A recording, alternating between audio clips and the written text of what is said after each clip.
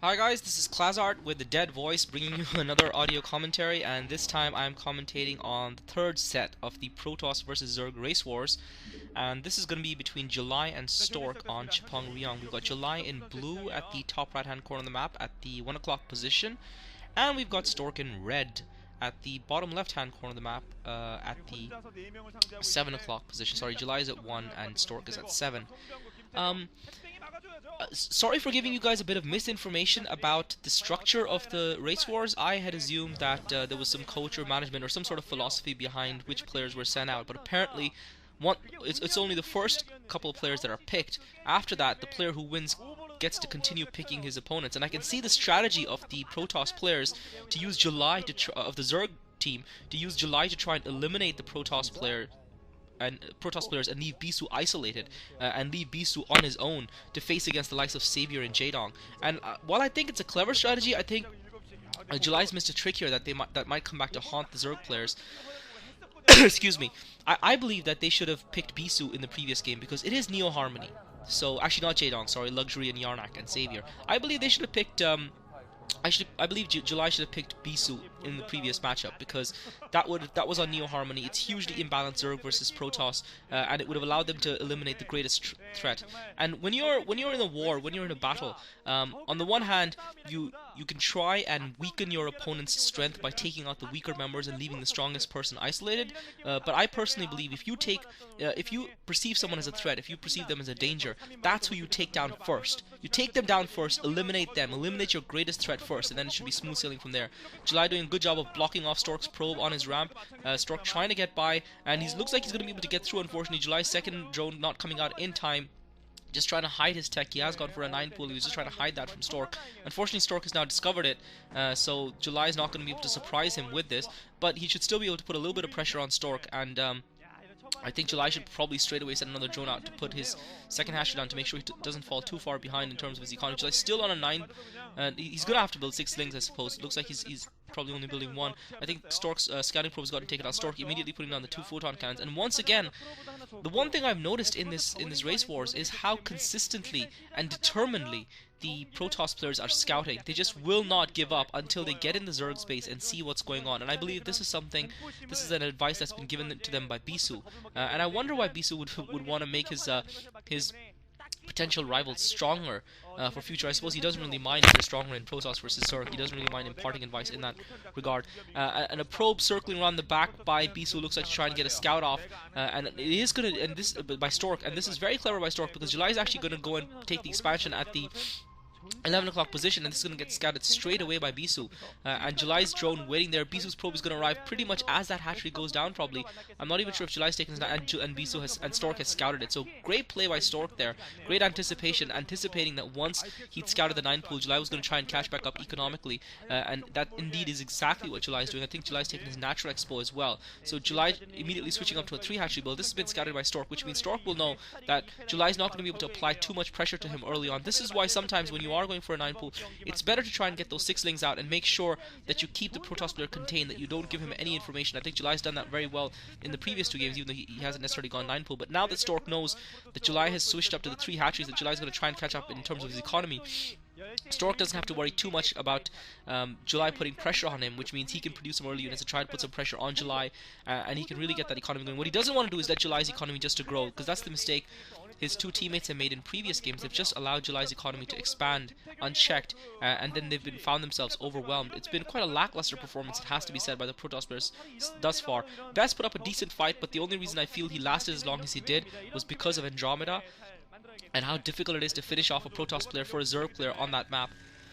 But Jangbi was completely lackluster and just lacking confidence and drive, and it's understandable after suffering such a heavy defeat in the MSL finals. It's understandable that he would feel that way, but now the game is set up very well for these 2 players here. July knows that Stork has scouted him. He knows exactly what Stork is doing. Stork knows exactly what July is doing. So it's going to come down to execution between these 2 players, and I have to say, I've yet to see Sarah Reaver being employed. I just don't know why Protoss versus Zerg, Protoss no longer use Sarah Reaver. I guess they're afraid of using it against July because he's so effective with his Mutilus Micro and with his Scourges and in catching those shuttles, and obviously, if you manage, and also because of July's propensity for going Spire straight up without even getting any Hydralisks, and therefore having the Scourge fairly early on to combat, plus getting +1, and that Probe is going to sneak up that ramp, careless by July. July is very lucky there. July incredibly lucky, and the Probe still manages to sneak through. That was almost incredibly lucky for July, when the Probe was blocked off by a drone that July had just sent out from his main. But unfortunately for him, the Probe still managed to get up. That was poor positioning of the 4 Zerglings by July. He should have had at least 1 or 2 Zerglings on the ramp to block off, if that was his purpose of having those 4 Zerglings there, to prevent a potential scout, which is the only reason I can think he would have those Zerglings there. And now his build has been scouted out, and Stork is going to know exactly what he's doing. And any sort of deception he might have been trying to bring into play, maybe try and confuse Stork into thinking that there might be a Hydralist. Is there a Hydralist and is there a Spire? Well, we all know that July likes to go Spire first. He's been doing that pretty much consistently throughout this matchup so far, throughout this series so far, and he's doing that again this time around. Again, Citadel of Audun going up for the Protoss players. Yet to see them go Robo Bay first. No Protoss player trying to go Seer Reaver, concentrating on, and again, I suppose that the fear with Seer Reaver is that the Zerg player can out-expand you, and July now putting looks like another hatchery down at his natural expo, so he's going full on here. I wouldn't be surprised if we see him switch to Hydralisk pretty soon. He does like to do that. Seer out, first Seer out now for Stork, taking down July's Overlord. July should have Scourges out any second now, with that Spire being pretty much complete. And July manages to sneak through a couple of Zerglings. I don't know where that came from. All of a sudden, an attack at Stork's front door, and July's managed to sneak through. He's seen the Templar Archives, he's seen the Gateways, he's seen the Stargate, he knows exactly what Stork is up to. So both players, thus far, unable to die. July trying to kill a couple of gas probes, and he manages to kill all 3 of Stork's gas probes. That's going to slow Stork only down momentarily in terms of the amount of gas he's getting, but it is going to hurt Stork's economy a little bit. Although I don't think it's going to bother Stork too much, since he did forward fast expand. July now finally has the Spire up, and Stork obviously has seen that, and he needs to get that Seer out of there, because there's going to be Scourges popping out at any second now. And Scourge is heading towards that Corsair. July's almost going to catch it. Stork still hasn't seen the Scourges heading for his Corsair. He still hasn't turned back around to try and return back to his base. Now he's trying to return, but those Scourges have almost caught the Corsair. July also setting a couple of different Scourges on an intercept course. I don't think this Corsair is going to make it back to Stork's base in time. 1 Scourge hits, the second Scourge also hits. July actually had to use 3 Scourges to take that Corsair down, but I think that it was still a worthwhile effort just to delay Stork in terms of being able to build up that Scourge fleet, and also nullify the effectiveness of the Dark Templar. So Stork is going to probably be wise to not produce any Dark Templar right now, and for some reason my phone is going off in the background. I'm going to actually pause this recording in case it's something important. Sorry guys. Sorry about that, guys, for the interruption. I had to answer the phone to Mrs. Klazart. So anyway, Stork looks like the economy is burgeoning, but he needs to make a move soon and put a little bit of pressure. And it looks like he's just about ready to do that. He's sending some speed upgraded Zealots out along with an Archon. July's got primarily Mutalisks there, and that's why he's sending the Archon in to support the Zealots. But I think July's got more than enough Mutalisks to actually be quite effective. And the Archon is actually going to get sniped by July, because the Archon, and it looks like he's building another Archon. I guess he just wants to keep July away from his base by using that Archon and sacrificing that Archon, and just try and do as much damage to July's Mutalist force to reduce July's effectiveness in Mutalist Micro and Harass. And it's actually doing quite a good job of it, although if he was hoping to put pressure on July's base, he's not really doing much of that. July's just going to be able to use the terrain to his advantage to take that Archon down, although July suffered heavy Mutalist damage there. He's lost one of his Mutalists, and he's suffered a lot of damage to his other Mutalists. And now we were seeing a counterattack by Stork at July's, almost a counterattack by Stork at July's 11 o'clock expo. Clever move by Stork, using the Archon to try and distract July's Mutalists while sending the Zealots out towards the 11 o'clock, but unfortunately he's gotten caught out, so now his Zealots are taking massive damage, and he's bringing Archon back into support. July's already picked off 2 of the Zealots, and now July immediately loses the Mutalist to the Archon attack and is going to be forced to pull back, and that's going to give Stork a chance to save most of his Zealots. And the Zealots are once again heading back towards July's expansion at the 11 o'clock position, but July's got a good defense there. He's got a couple of Sunkens and he's got a few Zerglings, so I think that should be more than enough to hold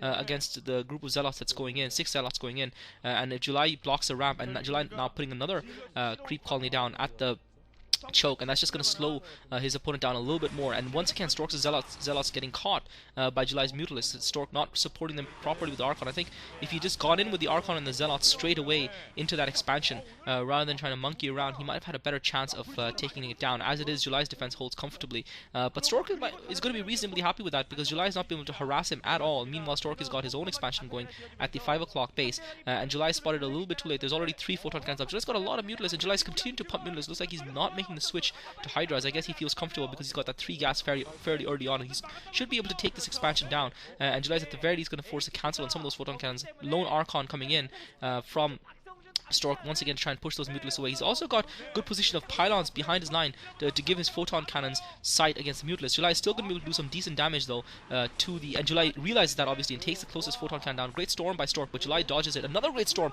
July dodges yet again. Great back and forth between